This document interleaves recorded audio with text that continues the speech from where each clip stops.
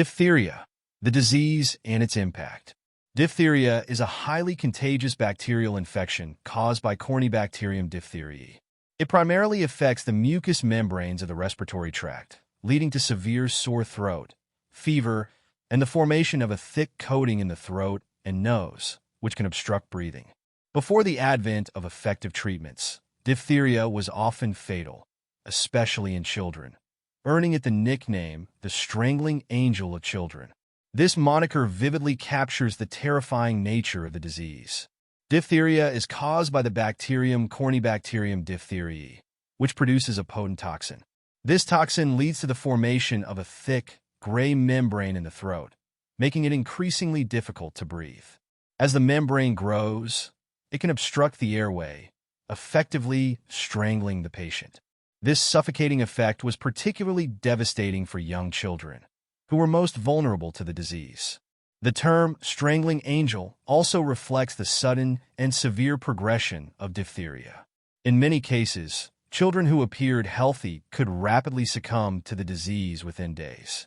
The high mortality rate and the speed at which diphtheria could claim lives made it a feared illness.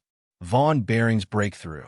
Von Behring's work involved the development of an antitoxin, which could neutralize the diphtheria toxin.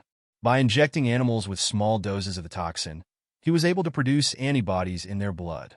These antibodies could then be extracted and used to treat infected patients, providing them with passive immunity. Passive immunity versus active immunity. Passive immunity and active immunity are two ways the body can gain protection against diseases. Here's a breakdown of each. Passive immunity. Definition: passive immunity occurs when antibodies are transferred from one individual to another. This can happen naturally, such as when antibodies are passed from mother to baby through the placenta or breast milk, or artificially, through antibody-containing blood products like immune globulin. Duration. This type of immunity provides immediate protection, but is temporary, lasting only a few weeks to months. Examples: natural. Antibodies pass from mother to baby during pregnancy or breastfeeding. Artificial. Receiving an injection of antibodies, e.g., for rabies or tetanus post-exposure treatment. Active immunity. Definition: active immunity occurs when exposure to a disease organism triggers the immune system to produce antibodies to that disease. This can happen through infection with the actual disease, natural immunity, or through vaccination, vaccine-induced immunity. Duration.